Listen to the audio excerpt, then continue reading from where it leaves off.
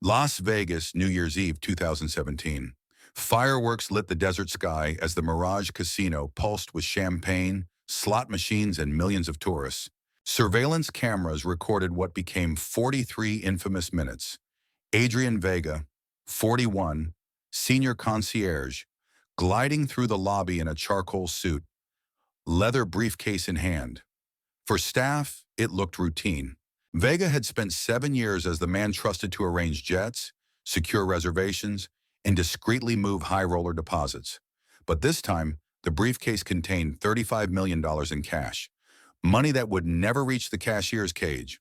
At 11:47 p.m., footage shows him greeting guests and walking calmly through the casino before slipping into a service corridor.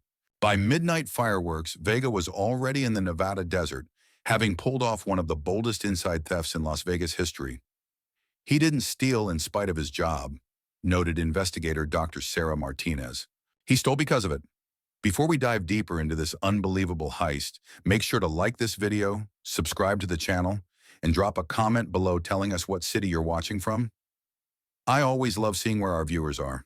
Tuning in from Adrian Alejandro Vega was born into the hospitality industry. His father managed hotels in Mexico City, his mother supervised housekeeping at luxury resorts in Cancun, and Adrian learned early that the service industry rewarded those who could anticipate needs, solve problems, and maintain absolute discretion about their clients' activities. Adrian immigrated to Las Vegas in 1999 at age 23, carrying a hospitality management degree from Universidad Panamericana and dreams of building a career in the world's entertainment capital. His first job was as a front desk clerk at a mid-tier casino, but his natural ability to connect with guests and solve complex problems quickly caught the attention of management. Adrian had a gift for making people feel important, recalls Maria Santos, his former supervisor at the Mirage. Wealthy guests can be incredibly demanding, but Adrian somehow made them feel like their requests were reasonable and that he was personally invested in their satisfaction. By 2010, Adrian had been promoted to senior concierge at the Mirage, a wide position that placed him at the center of Las Vegas's ultra-high net worth ecosystem. His responsibilities extended far beyond normal hotel services. He arranged private gaming sessions, facilitated discreet financial transactions, and provided access to experiences that couldn't be purchased through conventional channels. Adrian's job was essentially to make the impossible possible for people who had unlimited resources, explains luxury hospitality expert Dr. Patricia Chen. He coordinated private jet charters, arranged meetings with celebrities, secured impossible restaurant reservations, and handled financial transactions that required absolute discretion. The position also granted Adrian access to information and systems that most casino employees never encountered. He maintained relationships with private banking representatives, money transfer specialists, and international financial institutions that catered to ultra-wealthy clients seeking privacy and convenience. Adrian's access to VIP financial systems was broader than many bank executives, admits former Mirage financial controller Jennifer Park. He could initiate wire transfers, authorize deposit movements, and access account information for our highest value clients. The trust level was extraordinary. Adrian's personal life during this period appeared to match his professional success. He lived in a luxury apartment near the Strip, drove expensive cars, and maintained the polished appearance that ultra-wealthy clients expected from their service providers. But beneath the surface, financial pressures were building that would eventually drive him toward crime. Adrian was living beyond his means in order to maintain the image necessary for his job, explains financial crimes analyst Dr. Michael Rodriguez. His clients expected their concierge to understand luxury because he lived it himself. The pressure to maintain that lifestyle created debts that his legitimate income couldn't support. Adrian's marriage to Elena Morales, a casino marketing executive, ended in 2015 amid disputes over finances and his increasing secrecy about money matters. The divorce settlement required him to pay substantial alimony while maintaining the lifestyle necessary for his professional success. Adrian was trapped by the expectations of his position, observes criminal psychologist Dr. Angela Martinez. He needed to appear wealthy to serve wealthy clients effectively, but his actual income couldn't support that appearance. The gap between image and reality created enormous financial pressure, By 2017, Adrian owed approximately $180,000 to various creditors, including private lenders who catered to casino employees with access to high-value transactions. These debts carried interest rates and collection methods that made traditional bankruptcy impossible. Adrian's creditors weren't banks or credit card companies, explains organized crime specialist Agent David Torres. He had borrowed from people who expected repayment regardless of his legal or financial situation. These weren't debts he could discharge through normal legal processes. It was against this backdrop of financial desperation and privileged access that Adrian began to notice opportunities within the Mirage's VIP financial systems that could solve his problems permanently if he was willing to destroy everything he had built over 18 years in Las Vegas. Adrian Vega's position as senior concierge at the Mirage provided him with a unique perspective on the casino's most sensitive financial operations. Unlike security guards who monitored threats or dealers who handled gaming transactions, Adrian managed the interface between ultra-wealthy clients and the casino's private banking services. High-roller financial services operate differently from normal casino transactions, explains gaming industry consultant Robert Park. When someone wants to deposit $10 million for a weekend of gambling, they don't walk up to a cashier window. These transactions require privacy, security, and personal service that only senior concierges can provide. Adrian's daily responsibilities included coordinating cash deposits that often exceeded the GDP of small countries. Wealthy clients would arrive with briefcases of currency, wire transfer authorizations, or cryptocurrency conversion requests that required immediate and discrete processing. Adrian handled more cash in a single week than most bank branches process in a month, admits former Mirage Operations Director Dr. Sarah Kim. We trusted him with transactions that represented life-changing money because he had demonstrated absolute reliability for years. The system that Adrian would eventually exploit was designed around convenience and discretion rather than security. Wealthy clients valued privacy above almost everything else, and the Mirage had developed procedures that prioritized confidentiality, even when it created potential vulnerabilities. Our VIP financial procedures were built on relationships and trust, rather than extensive verification systems, explains former casino executive Jennifer Torres. When a client you've served for years hands you $20 million in cash, you don't subject them to the same scrutiny you'd apply to an unknown customer. Adrian's access extended beyond simple transaction processing. He could initiate wire transfers to international accounts, authorize deposit movements between different casino properties, and even create temporary holds on large sums pending client instructions. The casino's computer systems treated him as a de facto banking officer with broad discretionary authority. Adrian's system access was probably broader than it should have been, admits cybersecurity expert Dr. Michael Chen. But luxury hospitality operates on the principle that trusted employees need broad authority to solve problems quickly. Restricting Adrian's access would have made it difficult for him to provide the level of service our VIP clients expected. The specific vulnerability that Adrian would exploit involved the lag time between initial deposit logging and final security verification. When VIP clients made large cash deposits, the money was immediately logged in the casino systems and placed in secure transport containers. But final verification and vault storage often didn't occur until the following business day. During holiday periods or busy weekends, deposit verification could be delayed for 24 to 48 hours, explains former security director David Martinez. The money was secure, but the verification process created windows where discrepancies might not be immediately detected. Adrian had also observed that the Mirage's security apparatus was designed to monitor external threats rather than internal ones. Cameras tracked customer behavior, surveillance teams watched for gaming violations, and security guards focused on preventing unauthorized access. But employees with legitimate access moved through secure areas with minimal monitoring. Our security philosophy assumed that internal threats would be detected through financial auditing rather than behavioral surveillance, explains Dr. Martinez. We watched for people trying to break in, but we didn't watch for people who were supposed to be there. This combination of broad access, minimal internal monitoring, and delayed verification created an opportunity that Adrian had been unconsciously cataloging for months. As his personal financial situation became desperate, These observations transform from interesting details into the foundation of a criminal plan. Adrian's crime was years in the making, even though he probably didn't realize it until the very end, observes behavioral analyst Dr. Angela Rodriguez. His position had given him a graduate-level education in casino financial vulnerabilities. When desperation provided motivation, he already possessed all the knowledge necessary to execute the perfect theft. December 2017 brought Adrian Vega to the final stages of financial desperation. His creditors had moved beyond threatening phone calls to personal visits, and the kind of people who loaned money to casino employees with access to high-value transactions didn't typically accept excuses or payment plans.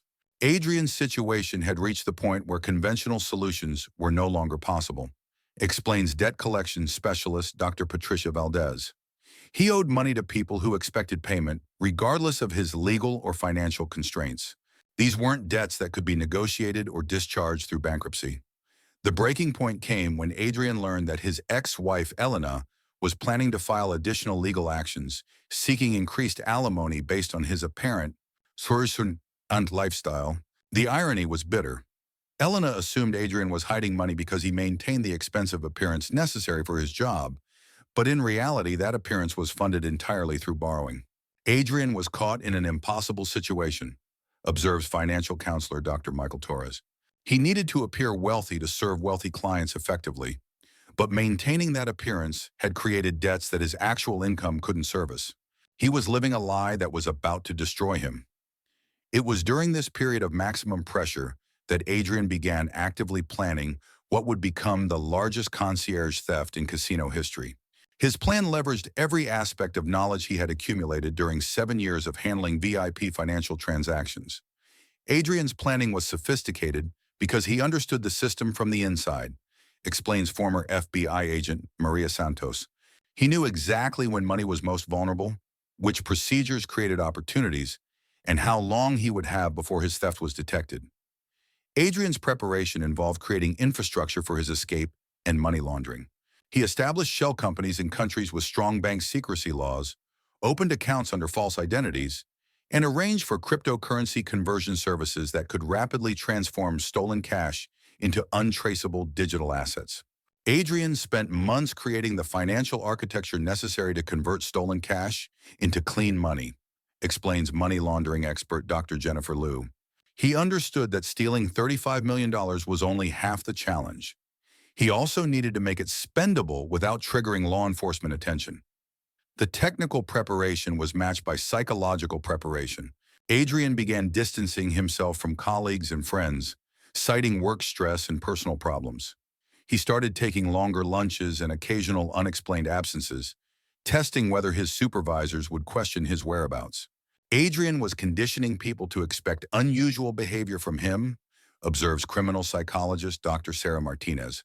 When he finally disappeared, his colleagues would remember that he had been acting strangely for weeks, which would delay the realization that his absence was permanent rather than temporary. Adrian chose New Year's Eve 2017 as the optimal date for his theft.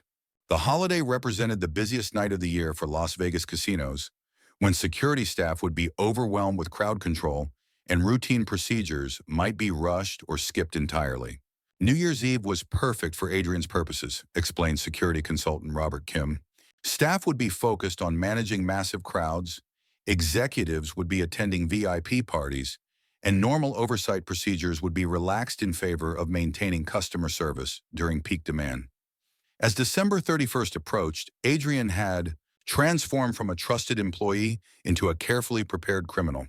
But he was also about to discover that executing the perfect theft required not just planning and opportunity, but the psychological capacity to destroy the life and relationships he had spent years building. December 31st, 2017 began like any other day for Adrian Vega, who arrived at the Mirage at his usual time and went through his normal routines of checking VIP guest requests and coordinating special services. But beneath his polished professional demeanor, Adrian was counting down the hours until he would execute the most audacious theft in Las Vegas concierge history. Adrian showed no signs of nervousness or unusual behavior during his shift, recalls his colleague Maria Rodriguez. If anything, he seemed more focused and helpful than usual. He was handling multiple VIP requests and appeared completely engaged with his work. The opportunity Adrian had been waiting for materialized at 11:15 p.m. when Dmitry Volkov, a Russian oligarch and longtime VIP client, approached the concierge desk. With two leather briefcases containing $35 million in cash intended for high-stakes gaming over the New Year's weekend. Volkov was one of our most valued clients, explains former VIP Services Director Dr. Patricia Chen. He typically deposited large amounts during holiday visits, and Adrian had handled his transactions for several years. There was nothing unusual about the request. The deposit process followed standard VIP protocols. Adrian logged the transaction in the Mirage's computer system, verified Volkov's identity through biometric scanning, and prepared the secure transport containers that would move the money from the concierge desk to the main cashier cage. Adrian followed every procedure correctly, admits former security director David Martinez. He logged the transaction, documented the currency denominations, and prepared the transport containers according to established protocols. From a procedural standpoint, everything was perfect. At 11:47 p.m., Adrian began the walk that would change his life forever. Security cameras captured him moving through the Mirage's opulent lobby, carrying the briefcases with the same calm professionalism he had displayed thousands of times before. Adrian's behavior was so normal that it was actually perfect camouflage, observes behavioral analyst Dr. Angela Rodriguez. He greeted guests, nodded to staff members, and moved through the casino with exactly the same demeanor he showed during legitimate transactions. The lobby was chaos. Tourists celebrating New Year's Eve, casino staff managing peak demand, and security personnel focused on crowd control rather than routine financial transactions. Adrian moved through this environment like a ghost, visible to everyone but noticed by no one. Adrian understood that the best way to commit a crime was to make it look like normal business, explained security consultant Robert Park. In an environment where Concierge regularly transported millions of dollars, his theft was indistinguishable from legitimate work. At 11:52 p.m., instead of continuing to the main cashier cage, Adrian turned into a service corridor marked "Authorized Personnel Only." Security footage shows him walking confidently toward a side exit that connected to the casino's employee parking area. Adrian's route was perfect because it was completely legitimate, admits Dr. Martinez. Concierge often used service corridors to avoid crowding in public areas. His access card authorized entry to those areas, and his presence there wouldn't have triggered any security alerts. At 11:55 p.m., Adrian exited the Mirage through a side door and walked to a black SUV registered under one of his false identities. Security cameras captured him loading the briefcases into the vehicle and driving calmly out of the employee parking area. Adrian's escape was as carefully planned as his theft, explains former FBI agent Maria Santos. He didn't rush, didn't act nervously, and didn't do anything that would attract attention from security guards monitoring the parking area. By midnight, as fireworks exploded over the Las Vegas Strip and millions of people celebrated the promise of a new year, Adrian Vega was driving through the Nevada desert, carrying $35 million in stolen cash and heading toward a new life that he had spent months preparing. Adrian's theft was perfect in its execution, reflects FBI financial crimes specialist Dr. Michael Rodriguez. He had identified the optimal opportunity, prepared thoroughly, and executed flawlessly. If he had been able to successfully launder the money, this might have been the perfect crime. But perfection in theft, as Adrian would soon discover, doesn't guarantee perfection in escape or survival. The theft of $35 million from the Mirage's VIP deposit system wasn't discovered until nearly 18 hours after Adrian Vega drove away with the money. The delay occurred because New Year's Day fell on a Sunday in 2018, meaning that financial verification procedures were postponed until normal business operations resumed. Our standard procedure called for deposit verification within 24 hours, but holiday scheduling meant that Adrian's theft wasn't detected until Monday morning, explains former casino financial controller Jennifer Park. That delay gave him almost a full day's head start before we realized what had happened. The discovery began when Dmitry Volkov contacted the concierge desk on Monday morning, January 1st, requesting access to his deposited funds for gaming activities. Sir Monsieur Birman, VIP Services Manager Patricia Chen attempted to locate Volkov's deposit in the casino's computer system, but found that while the transaction had been logged, the money had never been delivered to the main cashier cage. When I couldn't find Volkov's deposit in our verified holdings, my first assumption was a clerical error, Chen recalls. Large deposits sometimes get delayed during busy periods, so I started checking alternative storage locations and contacting different departments. The investigation escalated when Chen discovered that Adrian Vega had not reported for his scheduled shift on Monday morning and wasn't answering his phone. More alarmingly, security confirmed that while the deposit transaction had been logged in the computer system, there was no record of the money ever reaching the secure storage areas. The combination of missing money and a missing employee immediately suggested internal theft, explains former security director David Martinez. We implemented full lockdown procedures and began reviewing surveillance footage from Sunday night. The review of security footage revealed the scope of Adrian's deception. Cameras clearly showed him logging Volkov's deposit, preparing transport containers, and beginning the walk toward the cashier cage. But additional footage revealed that Adrian had diverted into service corridors and exited the building with the money. Watching the surveillance footage was devastating because it was so clear what had happened, admits Dr. Martinez. Adrian had used his legitimate access and procedures to commit theft in plain sight. Every step of his crime was recorded, but it looked like normal business until the final moment when he walked out with the money. The immediate investigation focused on determining whether Adrian had acted alone or as part of a larger conspiracy. Financial analysis revealed that the theft had been sophisticated enough to suggest extensive planning, but there was no evidence of other employees being involved. Adrian's theft was too sophisticated for an impulsive crime, but too personal for a professional criminal organization, observes FBI behavioral analyst Dr. Angela Rodriguez. The planning suggested months of preparation, but the execution suggested someone with intimate knowledge of our specific procedures. Law enforcement was contacted immediately, but the Mirage faced a complex decision about public disclosure. Announcing the theft would damage the casino's reputation and potentially trigger additional regulatory scrutiny, but concealing it might compromise the investigation. Casino thefts create unique public relations challenges, explains crisis management specialist Dr. Sarah Kim. Customers need to trust that their money is secure, but publicity about major thefts can undermine that confidence even when the stolen money belongs to the casino rather than customers.